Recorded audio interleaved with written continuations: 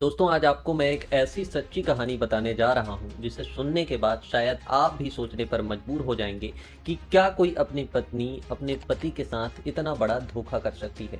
साथियों, दोनों ने लव मैरिज की, दोनों एक दूसरे से बहुत प्यार करते थे। शादी के बाद करीब 7 साल तक सब कुछ सामान्य चलता रहा, लेकिन समय के साथ ऐसा क्या हुआ कि वही पत्नी अपने दूसरे प्रेमी के साथ मिलकर अपने पति की हत्या की साजिश रच बैठती है। सबसे चौंकाने वाली बात यह है कि पहली नजर में सबको ये लगा कि पति की मौत जहरीले सांप के काटने से हुई है, यानी कि एक सामान्य हादसा। लेकिन जब पुलिस ने जांच शुरू की तो इस मौत के पीछे की ऐसी सच्चाई सामने आई जिसने हर किसी को हैरान कर दिया। दोस्तों अब आइए इस कहानी को पूरे शुरुआत से समझते हैं। इस कहानी की शुरुआत होती है साल 2018 से मेरठ जिले के हस्तिनापुर इलाके से, जहां पर रहने वाला एक युवक जिसका नाम था अतुल पवार, जो कि बिल्कुल सीधा साधा था। उसी दौरान एक दिन हस्तिनापुर की एक कॉस्मेटिक दुकान पर अतुल की मुलाकात होती है दामिनी नाम के एक लड़की से। शुरुआत में दोनों के बीच केवल सामान्य बातचीत हुई, फिर धीरे धीरे यह बातचीत दोस्ती में बदल गई और दोस्ती प्यार में। शायद दोनों को भी पता नहीं चला कि कब ये दोनों प्यार में पड़ गए। बताया जाता है कि लगभग 1 साल तक दोनों एक दूसरे के संपर्क में रहे, एक दूसरे को अच्छे से समझा, समय बिताया। फिर साल 2019 में दोनों ने शादी कर ली। शादी के बाद दोनों का जीवन बिल्कुल सामान्य चल रहा था। शुरुआती दिनों में दोनों नौकरी करते थे, लेकिन दोनों के मन में पहले से एक सपना था कि क्यों ना अपना खुद का काम शुरू किया जाए। काफी सोच विचार के बाद दोनों ने मिलकर एक छोटा सा प्ले स्कूल खोला। शुरू में दोस्तों स्कूल छोटा था, लेकिन धीरे धीरे बच्चों की संख्या जो है वो बढ़ने लगी और स्कूल अच्छे से चलने लगा। जब स्कूल में बच्चों की संख्या बढ़ी तो एक नई समस्या सामने आई, बच्चों को घर से स्कूल लाना और स्कूल से वापस छोड़ना। इन दोनों ने स्कूल के लिए एक वैन भी ले लिया, लेकिन इसके लिए स्कूल को एक ड्राइवर की भी जरूरत पड़ी। इसी बीच तुषार स्कूल आता है और ये दोनों जो है तुषार को पति पत्नी मिलकर ड्राइवर के तौर पर 10,000 रुपए महीने की सैलरी पर रख लेते हैं। दोस्तों यह तुषार वही है जिसे आगे चलकर दामिनी के साथ मिलकर यानी कि दामिनी की पति की हत्या की। दोस्तों कुछ समय बीतने के बाद तुषार और दामिनी धीरे धीरे नजदीकियां जो है इन दोनों के बीच में बढ़ने लगी और यह पहले तो इन दोनों के बीच में दोस्ती हुआ और ये दोस्ती धीरे से प्यार में बदल गई। कुछ जानकारी के अनुसार दामिनी जो है अपने पति अतुल को रात को नींद की गोलियां देती थी, जिसके बाद ये दोनों मिलते थे। और इसी बीच इन दोनों ने अतुल को रास्ते से हटाने का फैसला किया। इन्होंने प्लान बनाया। अतुल के रहते ये संभव नहीं था कि ये दोनों अच्छे से मिल सके और तुषार और दामिनी जो है एक दूसरे के साथ शादी करना चाहते थे और अतुल के रहते ये संभव नहीं था। तो इनका जो प्लान था, इनका जो मास्टरमाइंड प्लान था, यहीं से तैयार हुआ। कुछ जानकारी के अनुसार इन्होंने एक बार अतुल को रास्ते से हटाने की कोशिश भी की थी। अतुल के मौत के कुछ दिन पहले ही जब वह अपनी बाइक से कहीं जा रहे थे, तभी पीछे से एक अर्टिका कार आई और अतुल की बाइक को जोरदार टक्कर मार दी। अतुल सड़क पर गिर पड़े थे, लेकिन अतुल हेलमेट पहना हुआ था, जिसकी वजह से अतुल को कोई ज्यादा चोट नहीं आई और उसकी जान बच गई। लेकिन दोस्तों यहाँ पर उनका पहला प्लान था जो फेल हो चुका था। दामिनी और तुषार ने सोशल मीडिया, गूगल और कई ऐसी डॉक्यूमेंट्रीज फिल्म देखी जिनमें इस तरह की क्राइम स्टोरी को अंजाम दिया गया था।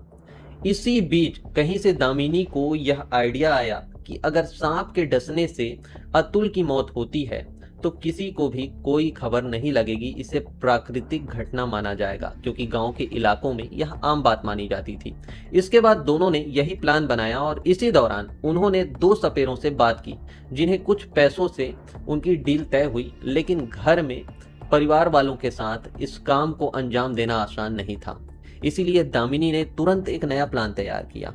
एक दिन दामिनी ने घर वालों से कहा कि उसने एक ज्योतिषी से बात की है। उस समय ज्योतिषी ने कहा कि घर का जो ग्रह नक्षत्र है वो ठीक नहीं चल रहा है। अगर अतुल और दामिनी कुछ साल तक परिवार वालों से अलग रहते हैं तो यह सब कुछ ठीक हो जाएगा, सामान्य हो जाएगा। परिवार वालों ने इस बात को धार्मिक सलाह समझकर ज्यादा विरोध नहीं किया और इसके बाद अतुल और दामिनी जो है करीब 3-4 महीने पहले ही एक कॉलोनी में किराए के मकान से रहने लगे, जहां से वे अपना स्कूल चलाते थे। अतुल के नाम पर लगभग 20 लाख रुपए का जीवन बीमा भी था दोस्तों, और इन दोनों का मकसद था अगर अतुल की मौत सामान्य हादसे की तरह दिखाई देती है तो बीमे का जो पैसा है वो आसानी से इनको मिल जाएगा और उस पैसे से ये दोनों मिलकर अय्याशी करने का पूरा प्लान तैयार कर लिए थे।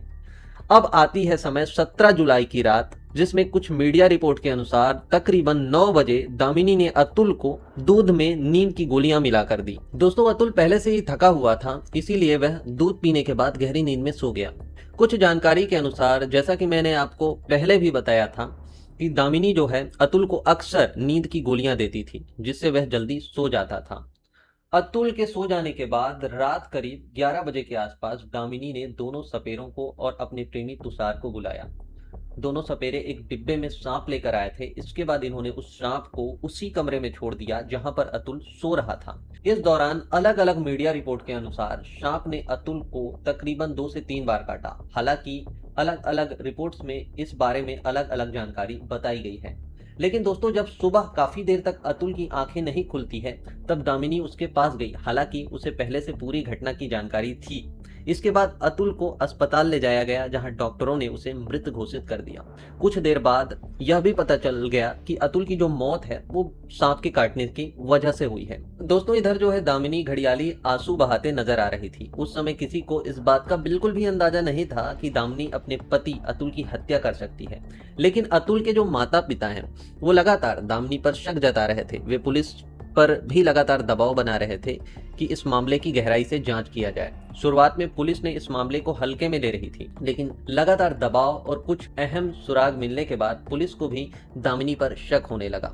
जब पुलिस ने दामिनी से सवाल किया, जब अतुल को सांप काटा तब दामिनी कहाँ थी, तब दामिनी ने अपने बीच बचाव में कई बहाने बनाए। दामिनी बताती है कि उस कमरे में उस दिन गर्मी ज्यादा थी, जिसकी वजह से वो अपने बेटे को लेकर दूसरे कमरे में सोने चली गई थी।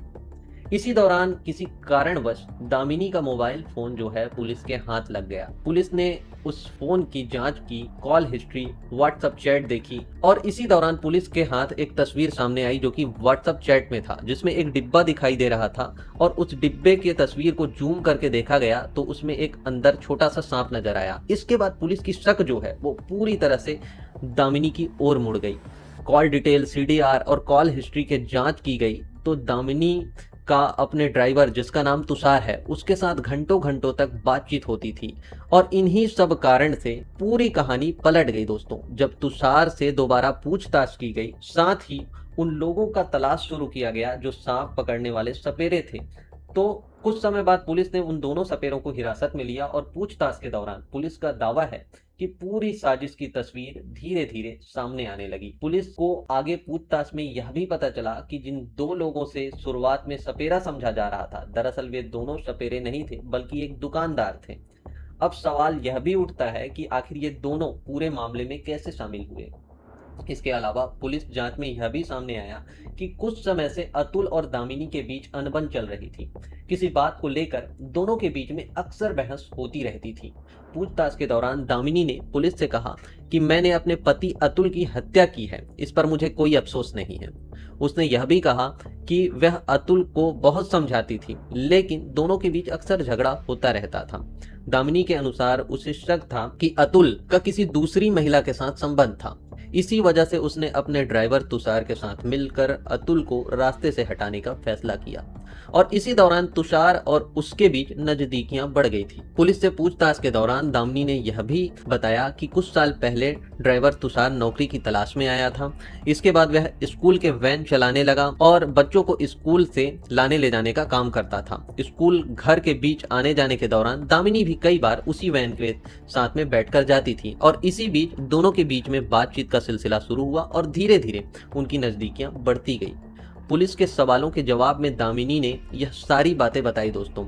इसी के चलते दोनों की दोस्ती धीरे धीरे प्यार में बदल गई। और जैसे कि दोस्तों इस बारे में मैंने आपको शुरुआत में भी बताया था। और जांच एजेंसियों के अनुसार अतुल की मौत का एक सामान्य हादसा दिखाने की योजना बनाई गई थी ताकि किसी को हत्या का शक ना हो। दोस्तों इस पूरी कहानी में एक बात सबसे ज्यादा सोचने पर मजबूर करती है, तो यह मामला सिर्फ एक हत्या का नहीं बल्कि भरोसा के टूटने की है। दोस्तों आप इस पूरे मामले के बारे में क्या सोचते हैं? आप अपनी राय हमें कमेंट सेक्शन में जरूर बताएं और मिलते हैं किसी और ऐसे ही सच्ची घटना के साथ।